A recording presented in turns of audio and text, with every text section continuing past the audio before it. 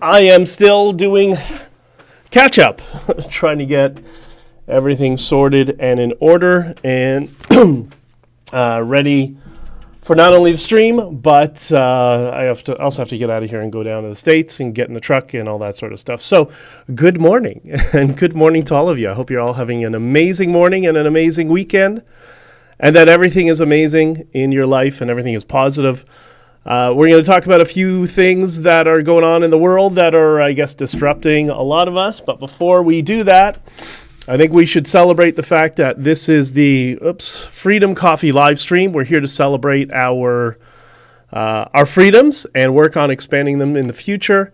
And we celebrate them with a sip of coffee. So on the count of three, 1, 2. If you have your coffee, do you have your coffee? I hope you do. But anyways, 1, 2, 3. All right, so that feels that's good. So much is going on, and I was trying to parse through what are the things we're going to talk about this morning. Try to focus a little bit, like I told some people in the Discord privately yesterday that we're going to focus on some positivity. I don't want always things to be negative, because there are a lot of, I guess, challenging things that are going on in the world right now, but they're not all bad. And just because we have challenges doesn't mean it's a negative thing and we should be, down and out about it. They're just things we can deal with. And I know people are suffering a lot of anxiety, and I'm going to try to do my best to help with that. Good morning, Andrea, and good morning, Megan. Okay, we're gonna talk about. We'll get into a little bit of this positive framing around a few things. And sorry I didn't do a stream yesterday, last night, just a lot of things going on. For those of you who've been either in the Discord or monitoring my Twitter, you understand that there's a lot of things that many of us are dealing with right now. And but we'll get to that later on in the week. Let's not focus on that. I want to talk today about everything that's going on with Credit Suisse and Bitcoin. I know this is not a financial channel, but it is important to understand kind of a very base level understanding of what's happening in the economy and how to prepare ourselves and how to not to be taken away by a lot of the negative narratives around stuff. So let's talk about that. So the first thing is, anytime we're dealing with any adversity, we've talked about this before, there's some of these exercises that I've talked about, I'll talk about a little bit in the end as well, that help us reframe from the negative state into the positive state, and that just helps us to address and work through some of these issues. What I've always done is to-do lists, Kanban boards, and kind of, just put an objective label on issues and just work through them one by one as we can. Hitchhiker, good morning, Andrea. What's up, brother? It's good to see you, and I'm glad to see that you've joined the Discord as well. Thank you, man. I really appreciate it. So, I know a lot of you are not financial people, but just to give you a little bit of a metric, what you're seeing is, I think it's UBS is buying Credit Suisse. So Credit Suisse, Swiss bank that has had a horrible balance sheet for many, many, many, many years, and it was just a matter of time until something happened in the economy. There's some black swan event, as they call it, and Credit Suisse goes down. So UBS is going to be buying Credit Suisse. Now in 2020, and this was well into the decline of Credit Suisse. I think their stock price, it was all-time high, or in the last 5 years or something. I don't remember which chart it was. It was $70 a share. That's before all the hyperinflation. Right now, or should I say in 2020, the value of Credit Suisse shares was $14 a share.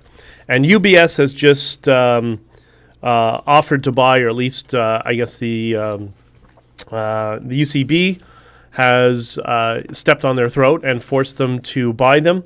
So UBS is buying Credit Suisse for 25 cents a share. Right now the share price is at $2 each. So why am I bringing this up? This is what's causing there's a lot of people that are being caused anxiety because they don't understand what's going on in the banking sector. They hear about, Sharon Stone has just announced that she lost half her fortune to SVB Bank. But I'm sure she's happy to know that at least the people who bankrupted her, at least they were from visible minorities, because that's what's important, right? SVB Bank was a super woke bank. Get woke, go broke. But that doesn't matter, because as long as they were visible minorities, this is the race grift of the racists on the left entering our financial sector. And I think this is why woke is dead, because once it starts causing people their livelihoods, then people will abandon it very quickly. Good morning, Jody, and good morning, Jesse. It's good to see you, dear. Anyways, so I know, I go into these Bitcoin rooms. I was just in one right now. I'll probably go back in and co-host when I finish this and I go off and head to the truck. That's a lot of people, not only Bitcoiners, but, people who are in the investment world or have investments or just don't understand what's going on. It's probably going to get a little rocky. I don't think it's going to be to the level of 2008, but it is important to acknowledge it. And Levitz, the Fed rugged the entire banking sector with rate hikes. And that was an interesting debate we just had. Was it the rate hikes alone that did it? And there's many different schools of thought on it because, why were rates so low for so long? And why was the Fed telling people, it's okay, we're going to maintain low rates, and then, businesses extended credit, people personally extended credit, and then boom, we're now, forget what we said before, now we're raising rates. There's so much going on right now. The whole financial system 1.0 is an absolute mess right now. But I think a big part of what's causing this is people just don't understand a lot of what's going on in the financial sector. That's why I encourage people go into these Twitter spaces. The Bitcoin spaces are actually good for this because a lot of them are people, they just understand the financial system and they've lost faith in it. That's why they've gone to Bitcoin. So it's a good place to go into these rooms and just to talk not just about Bitcoin, but just to talk about the economy overall and not to get financial advice, but just to get a better understanding of what's going on and to reduce anxiety in your lives and all our lives and all that sort of stuff, right? And I think also, there's all these, there's so many triggers for anxiety that people have been messaging me about, especially over the past several weeks. I see this in the Discord, the private messages I get, anxiety that people have. And I've noticed that there is a trend towards anxiety when people are having their preconceived ideas challenged, that really causes some significant anxiety. And it seems to be that the primary reason is that because they are emotionally aligned with some sort of idea or often a narrative or something like that has caused it. Big hugs, brother. Keep spreading the truth. I will do my best. And you, I saw you were in the Bitcoin room. I'm going to come back once I'm done this. I got to do a couple things, grab my bag, get in the car, go to the truck. So I will join. I already told DJ I'll join back in there. So when I'm done this, if you want to talk to people about the economy, strategies, ideas, that Twitter space would probably be a good idea. You'll see me in it after that. So it is what it is. Christina, good morning to you as well. So anyways, preconceived ideas causes a lot of anxiety. The economy is a good example of that. People have a certain faith or belief system in the economy, and then all of a sudden, boom, somebody pulls the plug, and or something pulls the plug. There's a black swan event, and everything that they thought was going to happen is not going to happen, and that causes an acceleration to anxiety as well. You know what else causes anxiety? You know, an example. I got to have some Bitcoin as a hedge against the everything bubble. 100%. I couldn't agree more with you, man. You know what else caused anxiety in people, and I'm sure you all saw this. You all saw this was my testimony at the commission around the Freedom Convoy, where I was trying to tell the truth and explaining to everybody what actually has been going on, and that there were nefarious actors involved that were trying to sabotage us, and I actually pointed them out by name in my testimony. And how did people respond? Right? Remember, how did people? You were all on Twitter. You saw all the attacks on me and certain YouTube channels and whatever. Everybody's starting, oh, Dichter's a Fed, Dichter's this, right? Because they had bought into a bullshit narrative that was sold to them at the beginning of August. They started to believe in it because of repetition over and over and over again. They kept hearing that. And then this Dichter guy comes up to the PO during the commission and said, no, this is all wrong. They're all lying to you. This is what actually happened. So how do they respond, right? When they realized, when I explained how we were sabotaged. Well, they responded with something that I'm going to cover now, and I discussed in a previous episode, were what's called the 7 signs of cognitive dissonance. And this is going to be important because I think we're going to see a lot more of this type of anxiety leading forward in parallel to what happens to the economy, how things are going to be changing, and what happens around the Freedom Convoy, how the narratives are going to be challenged by a number of people who are doing a lot of digging. And a lot of that is being posted in my Discord now since K9 has finally joined. And we've got a lot of the people who have been doing a lot of this research for some time are now posting and sharing all of this information. You're going to start to see people who've bought into the fake narratives, the fake news, whatever it is. They're going to react negatively because they're emotionally tied to something. It's kind of like when it's the adult version of learning Santa Claus isn't real. I hope I didn't upset anybody who thought Santa Claus was real. Good morning, Freedom Cowgirl. It's good to see you. Hitchhiker, repeat the lie enough times, it becomes truth to the intellectually lazy. Yes, and this is not unique. You know, we always like to say, oh, it's the liberals. No. It's everybody. And this is a tactic that is used by all sides of the political spectrum, not just liberals. The conservatives, everybody uses this tactic as well, which is what I've been seeing. Jesse, I'm a walking stress nerve. Jesse, we'll have to do more positive, some more positive framed. Working on positive framing during these streams because there's no reason. Look at Jesse. You have all these birds around you that love you, and they're adorable. And say hi to Rocky. Down here, we also see these signs of Orwell's novel 1984. Yeah, we're seeing it all over the world because it is a tactic being used by people who are.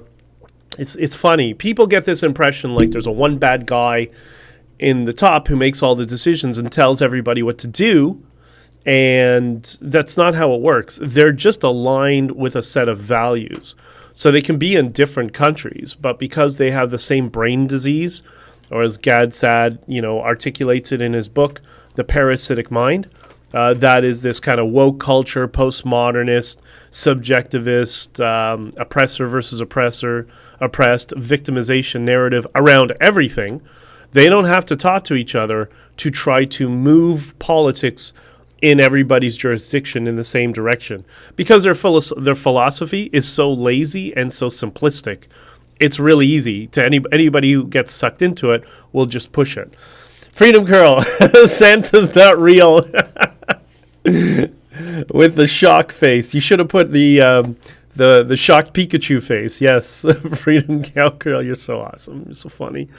Rocky is lovely, and he will be so happy to hear Benjamin greeting him. Yeah. Good morning, Rocky. I hope you have your coffee, Rocky. Do birds drink coffee? Can you give coffee to the birds, Jesse? Just curious. Anyways, okay. So we'll see this around as the economy changes and people's preconceived ideas change, and we're going to see this around the Freedom Convoy evolution as we go towards the legal issues, which I'm going to talk about another day. I'm not going to talk about today. But as we see the veil be removed from the bullshit, people will react in one of the as this is Scott Adams' ideas. He's the one. It's actually brilliant. If you ever read any about this stuff about human behavior, human psychology, or pop psychology, I guess is what it is. It's really fascinating. So I give the credit to him for him. Cialdini is really kind of the original architect of all this stuff. He's saying hi and blowing kisses. Are you going to take a video? Jesse, please send me a video. I'll put up on Twitter. Freedom Convoy, Freedom Cowgirl. On locals, you can actually post pictures, not just comments. Beyond fear lies freedom in a tattoo. Well, that is beautiful. I couldn't agree with you more. We need more and more people to understand that, right? It's amazing how people are so crippled with fear. Like they're so... And fear of what? Like, I've lived in some dangerous places. Like, I've been in some dangerous situations in my life. Or in Canada. Or in the Western world. Like, what fear do you have? There's no cause for fear here. Anyways, it was what's... All right. So, I tell you this because I do know that there are, from what I hear, there are going to be more articles coming out, I believe, from Diverge Media, the National Telegraph. Some of you have been watching the war campaign videos. They've all been digging into the circumstances around the Freedom Convoy. They've been digging into much of the evidence in the POEC. Somebody on my Discord has downloaded all the POEC documents. I've sent my evidence to some people for them to look at it and, parse it and put it together because the interview process was just a few hours. The interview process didn't cover the 109 or 111 pieces of documents or files. They could be video files, they could be multi-page PDFs, but there was either 109 or 111 files in relation to my testimony at the POEC, most of which we didn't cover in the question and answer, or sorry, in the interview process.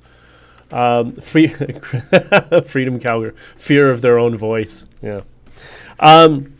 So this is why I kind of want to bring this up, because much like we see the economic changes, we're going to see this on this side. Now, in the economic changes, I think another thing is going to be, we saw what happened with Credit Suisse now.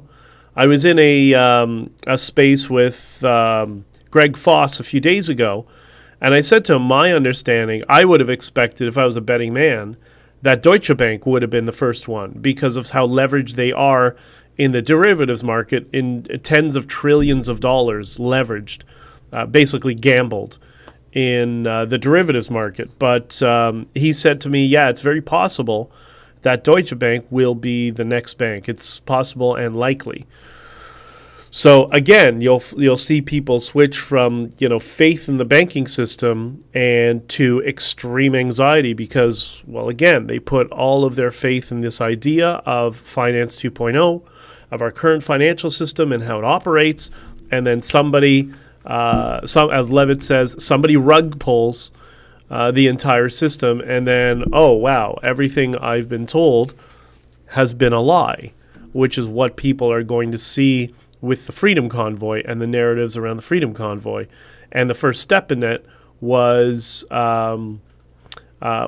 my testimony at the POEC, which is why so many people reacted negatively. So if you go back and you look at the attacks on myself, and I think also Jim, because he was my lawyer, people attacked him as well. You're going to see one of the 7 signs of cognitive dissonance. And the 7 signs of cognitive dissonance, this is so good. It's so good what he put together. I'm telling you, like, this is brilliant work. It really is. The 7 signs of cognitive dissonance are, pardon me, I'm still sick. Well, I'm still sick. I'm still recovering. Are, number 1, the person changes the topic, right? So you ask them a question, and you say, but why was this person meeting with the city behind the backs of the truckers? What do they do? Oh, well, the truckers wanted this and blah, blah, blah. Or, oh, why, they'll do the whataboutism, or they'll just change the topic entirely, right? The next thing is the ad hominem, right? That's one of the most common ones in politics now. That seems to be all the parties' political party policies is just calling people names. But the ad hominem attack that, Dichter pointed out A, B, and C. Oh, well, Dichter's a Fed. Or, well, Dichter's a this. Or, well, Dichter's a that, right? That's the ad hominem. That's what many of the they started it during the convoy is when they started it, because certain groups were getting money. They're getting a little bit of money from some Conservative Party donors, and I know who they were, to smear us. So anyways, the next one is mind reading. Number 3 is mind reading, meaning you'll talk about, you'll have a conversation with somebody about me or about my testimony, and what will they do? Oh, well, Dichter's just doing that because he wants to, I don't know, he wants to make money on selling books, although those books cost me a fortune. He wants to do whatever, mind reading. They don't know. They haven't taught to me. They can't get inside my mind. They don't know what I'm thinking, but they'll do mind reading. The next one is it's the blackface Trudeau strategy with every question he can't answer, which is word salad, right? How many times have we seen that idiot being answered a question and he just goes into, well, diversity and this and hateful people and angry people, and it's making us unsafe, and the government is bringing safety. It's like, I didn't ask you about that. I asked you why you froze people's bank accounts. Well, the Canadian government is here to keep Canadians safe, and we will not tolerate people with unacceptable views who are racist, bigots, blah, blah, blah, blah, blah, whatever it is, right? And that's also what Keith Wilson does. So Keith Wilson and Trudeau use exactly the same strategy. You ask Keith Wilson a direct and pointed question, he responds with, this prime minister has been destroying our democracy for blah, blah, blah. It sounds like a lefty, right? Because they all do the same thing. It's not about left or right. It's about just being lying scumbags. Which is what people in politics generally are, right? An analogy instead of reason. This is important. We all use analogies. I use analogies too, but you first got to state the reason for an issue. So, I don't know, somebody asks you, a question, and you respond and you say, because it's not safe to do so. And then you say, let me give you an example. And that example is an analogy. You're in an airplane and you want to do preparation and they have a checklist and blah, blah, blah. But it's cognitive dissonance when they don't give you a reason, they just jump into an analogy, right? Too complicated to explain. So somebody asks you, and that one I have just a little bit of an asterisk, because sometimes you don't want to tell people stuff, because they won't, not that they won't understand it, but they'll recoil because they don't have the same knowledge level that you have. I had that with the media strategy in Ottawa. I had some people who, what's your media strategy? I'm not telling you. I'm not telling you because you won't understand it. Because they're all experts, right? You explain them in media strategy, though. Oh, they all defer to, well, that won't work because. It's just like everybody in politics. When you tell them about something that is very serious, what do they respond with? They all respond with the same thing. Oh, well, you got to send me proof. When you send them proof, they're not trying to be convinced. They're taking that proof just so they can build a stronger argument and discredit the proof that you've given them. That's how people in politics work. Mahobi, what's up, brother? It's good to see you. Anyways, so that's my only asterisk. But in general, too complicated to explain. That's they just dismiss it, like, oh, I would tell you, but you'll never understand it. That's cognitive dissonance. So when you get into these debates about the Freedom Convoy and what some people did, and that some people behaved highly unethically, then they'll respond, well, I would tell you, but you just won't understand. It's too complicated, right? So that's not that there aren't things that are extremely esoteric. But one can often give a brief explanation of what it is, and then say, it will take a long time to explain all the various layers, but here in general is what's going on, right? Like with the Freedom Convoy, perfect example is when I say, what's a good, well, just in general, like when I explain that there were people who have political ties that came to Ottawa specifically to co-opt and end the Freedom Convoy, the same way the Conservatives did in 2019, by the way. They did the exact same thing. The only problem is 2019, there wasn't a guy named Dichter saying no all the time, right? But they came to co-opt and said, and explained to him, I could explain it to you. It's going to take a long time because it's very esoteric and there's lots of layers. I will do that. I'll send you to Diverge Media's website so you can see the articles that he's writing where he's citing the documentation and specific emails that will outline it. But it's not something that you'll understand in one sentence. But in general, this is what happened, right? But when they can't do that, when they just jump to it's too complicated to explain, that's cognitive dissonance because you're challenging their own preconceived ideas. And then the other one is made famous by Kathy Newman and Jordan Peterson, the so you're saying straw man, right? So you tell them something and they respond with, oh, so what you're saying is, and it's a complete straw man of your argument. It's a complete opposite of what you're saying. So those are the 7 signs of cognitive dissonance. As more and more information comes out around the Freedom Convoy, especially leading up to legal proceedings, it's going to get heated again. That's why you're seeing certain individuals being propped up in media to sell you a narrative that is not factually true because they're already getting ready for it. They're going to respond with, when you challenge somebody, they're going to respond with one of these 7 things. And it's important to know these things because once you do, then you can challenge them, but you can challenge them empathetically. You can understand where they are emotionally, and it becomes a lot easier to engage with them as opposed to just taking the sledgehammer. And we often do that. We often just sledgehammer approach and say, no, here are the facts. But that's not how people are. People are never persuaded by information or data. People are persuaded emotionally. That's why there's so much emotion tied to certain people. That's why there's so much emotion tied to Tamara. Is it like the argument around her is all emotional, right? And so you got to be able to communicate to people the same way. So those are the 7 signs of cognitive dissonance as outlined by Scott Adams. Whether you agree with him on stuff, that's not the point. But in this particular area, he's brilliant. So number 1, the person will change the topic. Number 2, they'll run an ad hominem against the individual. 3, mind reading. 4, word salad. 5, analogy instead of reason. 6, too complicated to explain. And 7, so you're saying, quote, and the straw man.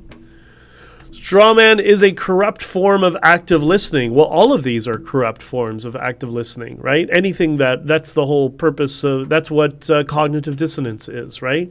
Because what they've done is they've now been emotionally triggered. And you can see it. You can see it when somebody is, Adams explained this and he's right. When you put somebody into cognitive dissonance, then you can actually see them react and struggle with emotionally what you're telling them.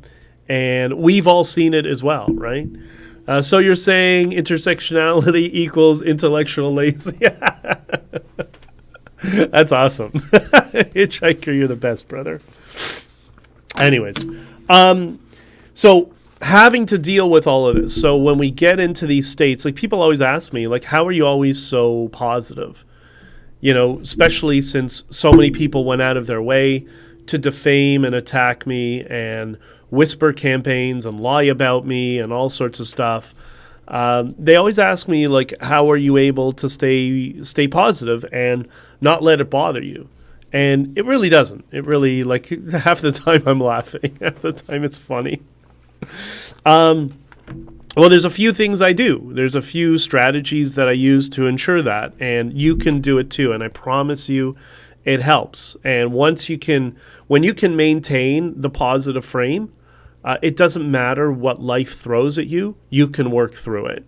Sometimes it's more difficult than others, but you'll get through it. There's always, it becomes a lot easier. When you're in a state of anxiety, you can't really deal with it. You're very capped in how much you can absorb. I talked to this with Peterson during the convoy, and I explained it to him that he was asking me, what are you trying to do, and how are you trying to do it and stuff. And I said, my primary concern is I know how truckers are. I'm a trucker as well, and I know the white collar world and I know the blue collar world, and I know that how easy it is for certain people to slip into a state of anxiety. And I said, if we get into a state of anxiety, then the probability of violence becomes escalated, and that's what I'm trying to avoid at all costs. So I said that's why I want to focus on peace and love and unity and freedom and hope and all these positive emotional states in our messaging, because if I do, then if I'm successful in it, then I can help everybody slip out of a state of anxiety and have them start to come together and support and love each other. And if we do that, then the likelihood of any violence in Ottawa just plummets significantly to the point that there won't be any violence. And I think it worked because you'll see if you look back at K9 has a list of all of my interviews, I think just about. And if you look at them, the theme in all of the messaging wasn't, like the disruptors who are trying to sabotage us wanted to make it just vaccines. And I'm like, you fucking idiots. Like, we have a mob of people out there. We need to keep everybody calm. Like they were asking for violence. Like, this is the stupidity that I was surrounded by. So if you go and you look through all of my interviews, it doesn't matter if it was on GB News or Fox or whatever, it was all about peace and love and unity. We're coming together. This is the country unifying. This is us rediscovering our culture. Because, Trudeau said Canada doesn't have any identity. This is us rediscovering our identity around peace and love and freedom and all that stuff. And the reason I was doing that, you discussed it before, Hitchhiker, when you said repetition. I was trying to repetition over and over and over again, peace and love and freedom and unity. And then I knew we would have enough people who would buy into it, and then that emotional state would spread across to everybody, and then the government would be powerless against us. Unfortunately, the saboteurs came, and as much as I was trying to do that, and we were successful with it, they were doing everything they could to undo that, to cause stress, like that Hurt Locker Tom started trying to do news conferences every day. And I'm like, what the fuck is wrong with this guy? Get rid of I don't know who this guy is, some volunteer. Get rid of him, right? And what was it? It was trying to do a news conference every day. And I remember saying to, I think I said to Tamara, I said, this is not a hostage taking. This doesn't require a press conference every day. Let people go out and party and be together and love one another. And we'll have a press conference every week, except for when the government finally talks to us, then we'll have a press conference. And all the press conferences at that point will be positive because they'll show that the government has opened up and started to reach out to us and talk to us. And it'll all be good news that they would hear. But those bastards just did everything they could to screw you, to screw the truckers, to screw everybody else, and then they turn around and they say, and they post blame to everybody else. They do exactly what the progressives do, right? Everything they accuse other people of doing is exactly what they were doing, right? And they took many donations to prop up their social media feeds so they could build a tribe that would buy into this bullshit and attack myself and others so the truth wouldn't get out. But the good thing is the truth always comes out eventually. And that's what's going to be happening in the near future. So what are the solutions that I use? Good morning, everyone. I was late at church. Message, don't give up the ship. Okay. Thanks, Cheryl. Well, that's one of the things that many of you do is you go to church, right? You get a sense of community. You go to your, religion. It does not always church. Sometimes it's another, whatever religion it is. But you go to church and you meet with people and you become part of the community. That is a very key point in reducing anxiety in people's lives, to have a sense of community and other people to reach out to. What I do is I do a Sunday reset. So Sundays usually, not every Sunday I do it because I'm always running up against the clock. But I try to do my Sunday resets. I'll probably do it tonight in the truck when I arrive in New York. I get to my to-do list. So I have like a to-do list structure. I use OmniFocus, and I have multiple to-do lists and project lists and whatever. And I go through everything, and I just kind of reset. And I go through everything that was done or wasn't done. I restructure it, move things around. So I have a sense of where I sit for the next 7 days for the next week. It's a really good way of resetting your brain.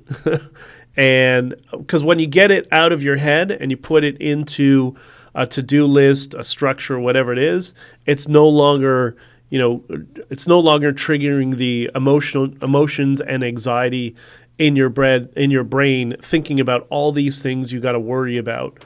That's why I focus so much of my energy on creativity and creative processes. I mentioned this exercise I use periodically. I don't use it every day. Some people use it every day. I use it once in a while. It's an app and a book. It's called the 5-Minute Journal. And the 5-Minute Journal, you start your day basically. You take 5-10 minutes sometimes. We all, you know what, Cheryl? We all need to reset 100% once in a while. Think of it as a cell phone. Sometimes your cell phone can only take so much information, and once in a while, you just got to do a hard reset and reboot. That's what I try to do on Sundays, and I promise you it'll help all of you really well. So the 5-Minute Journal, you start your morning asking yourself, the first question is, what are 3 things you're grateful for? And I've walked a bunch of people through this. It's not about putting down a list of 3 things. That is the outcome from it. But the exercise is actually about getting you out of a state of anxiety and forcing you to think about 3 things that make you emotionally happy and satisfied. You can't be both gratuitous and have anxiety simultaneously. That's not how the human mind works, right? So you can't have gratitude and be anxious. So the idea is to spend time thinking about the things that you're most you most appreciate in your life, and do that for 5 or 10 minutes, whether it's you have a family and you have kids, I don't know, other things you've done in your life, traveling, whatever, it doesn't matter. It could even be as simple as, a sunny day outside, it doesn't matter, right? But as long as you do that emotional exercise to get yourself out of the state of anxiety and thinking about things that make you happy, that's why sometimes it takes longer. Sometimes when you have a lot of anxiety or a lot of problems you're dealing with, it takes a little bit longer to sit back and think, okay, sometimes you need 10, 15 minutes to start to think about these things that will make you happy, right? So that's the first question. What are 3 things you most appreciate in your life? And it's not about the 3 things, it's about getting your mind thinking about things that you enjoy. Then the second question is, what are 3 things you're going to do to make your day an amazing day? And that now allows you to focus that same positive energy on turning your day into a positive day. So, because we all have a whole bunch of things on our to-do lists, but there are some things that maybe are really positive things that aren't on your to-do list, but you want to get to. Maybe it's calling a friend or seeing some friends for beers at night or whatever. That's one of those things you would put on there that is going to make your day an amazing day, something to look forward to. And then the last thing is affirmations, which we'll talk about another time. I'm grateful for my dad. Got out of prison. Oops, I mean BC. That is awesome. Let me throw a star there. That is the best comment of the day so far. Yeah.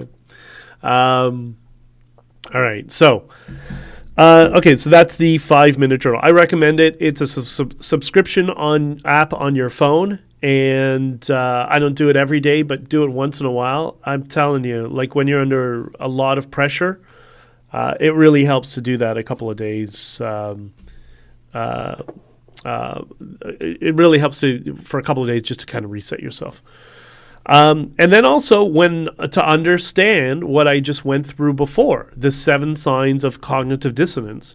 And when somebody is attacking you, like when somebody is attacking me online, whether it's a bot or a person with a Twitter account, whatever, I don't see a distinction between the two. It's just somebody who has no control over their emotions. They've slipped into anxiety and anger, and they're just firing repeatedly over and over again, right? They're not thinking, right? That's what I see when somebody is attacking me. So I don't take it personally. I don't really care.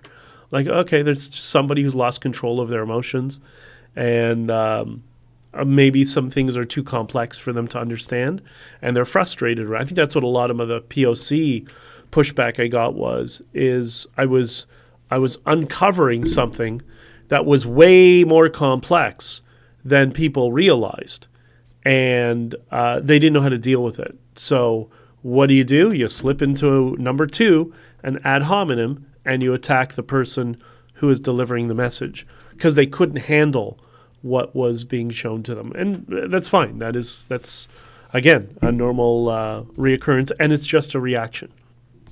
We're just being reactive. I failed French 3 times, no language credit, no diploma, so I quit instead of wasting more of my time. No regrets. I enjoy my journey.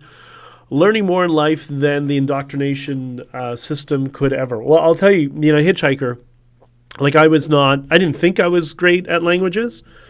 And, I took 3 languages in private school growing up, one of them being French in addition to English.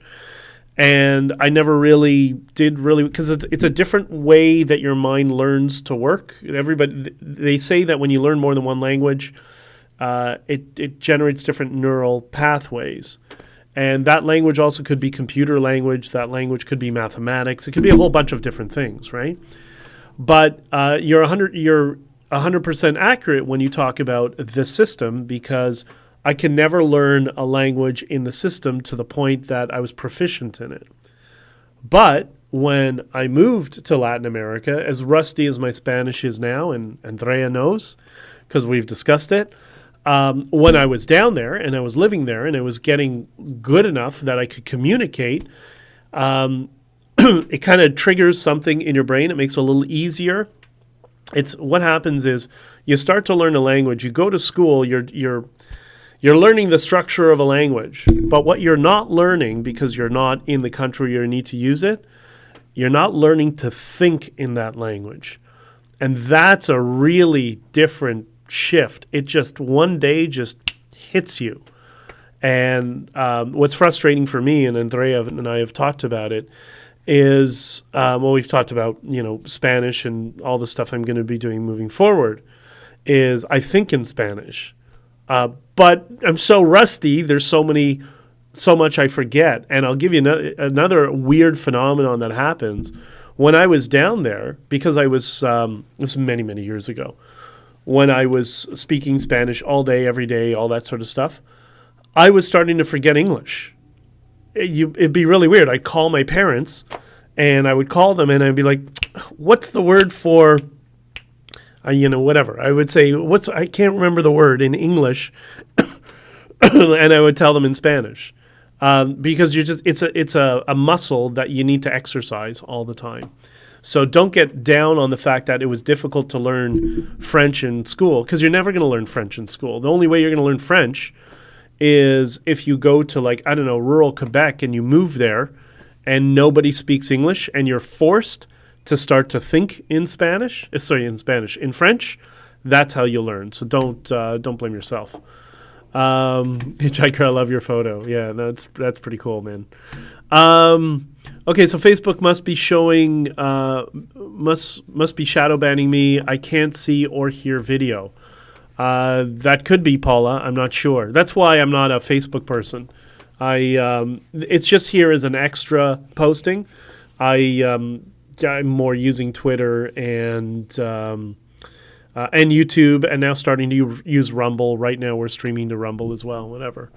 My favorite language is music, and it's universal. Well, I agreed that music is a language as well. Like I played music since I was young as well. So you start to think in different ways as you learn more. So, man, I'm pragmatic. Didn't bother me not to learn it. Well, if you're not using it, then it also becomes a waste of time, because much as I've learned Spanish, I haven't used it in years. And that's why when Andrea and I did the Spanish Twitter space, like I was struggling, because I need to go back for a few weeks and get back into the rhythm of things. And but that's just how it is. But yeah, no, I agree with you. All right, so these are going to be important. The 7 signs of cognitive dissonance. I think we put them up in the Discord. I think in the info channel, if I'm not mistaken, because as things start to evolve over time, and more articles and more videos come out, trying to show the truth and the reality of what happened around the Freedom Convoy and some of the parallels with the previous convoy. You're going to see a lot of people slip into cognitive dissonance and attack anybody who talks about it. Don't take it personally. It's not about you.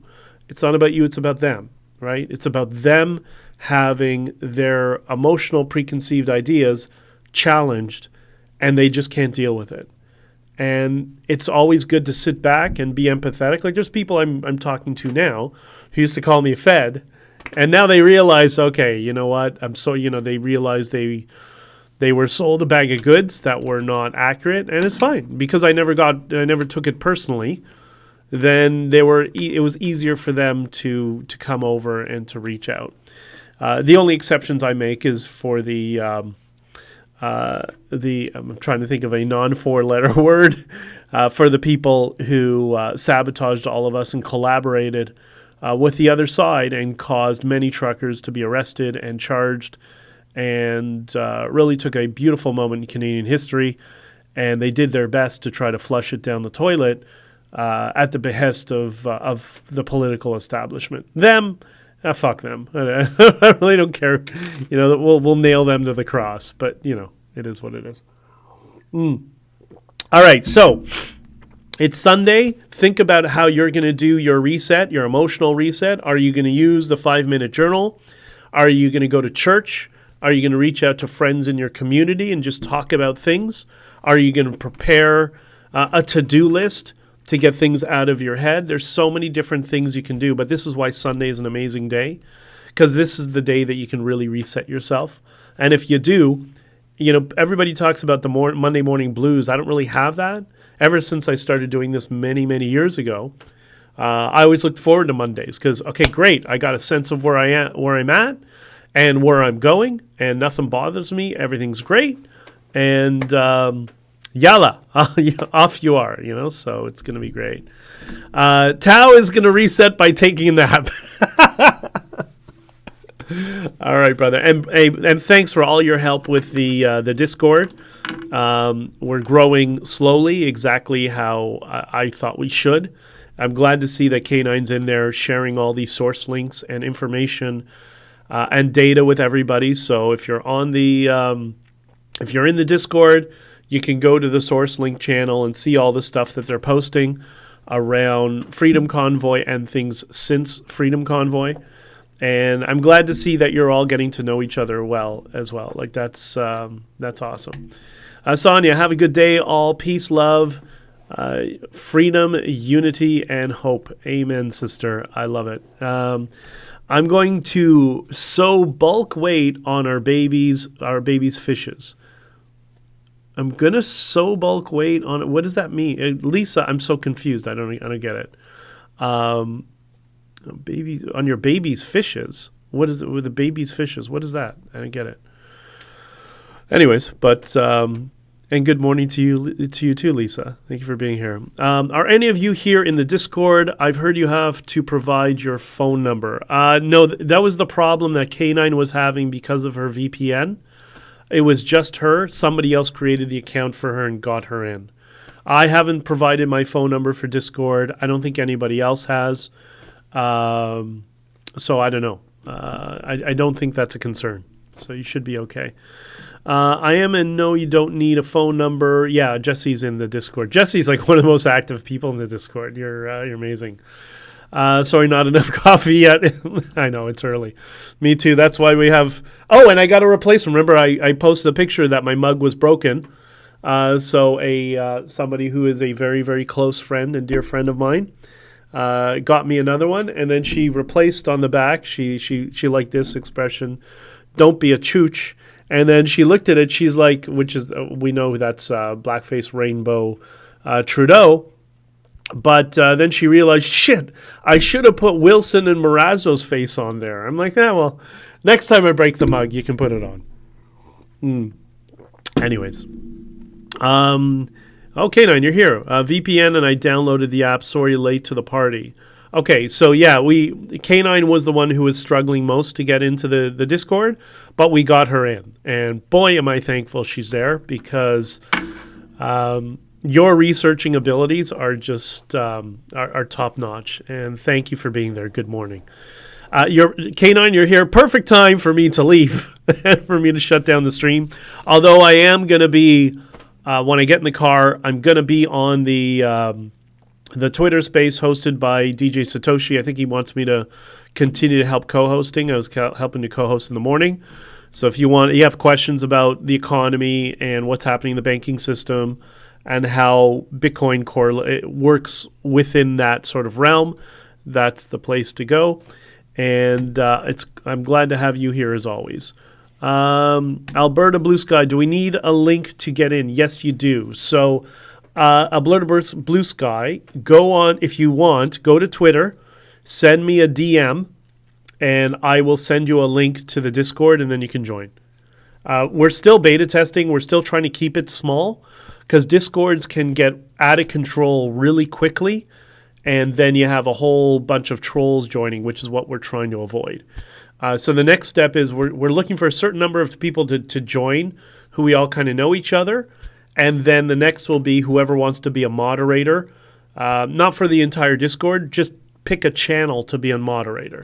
So if you want to be a moderator for the right-wing room or for the Freedom Convoy room or for we just need a few of you to help moderate, just to make sure no trolls get in there and all that sort of stuff. It's not something that should be taking off a lot of your time, but just to keep it so we don't get disrupted with the noise that we see on Twitter, right? That's all we're trying to do.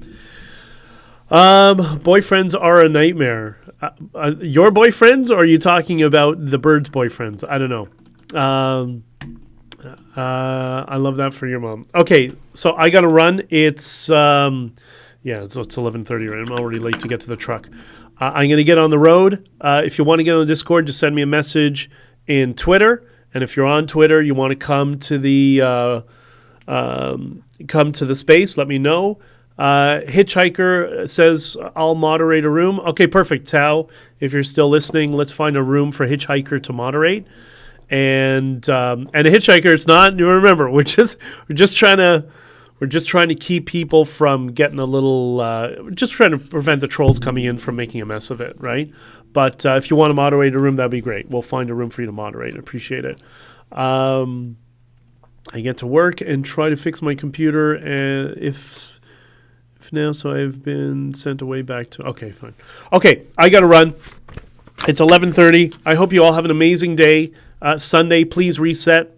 And the rest of your week is going to be awesome. Reach out to me anytime. I'll be doing another stream in a couple of days, I guess, when I get back. And just be good to each other. Be good to strangers. Your day's going to be a hell of a lot better. I promise. And we'll talk to you soon. I got to run.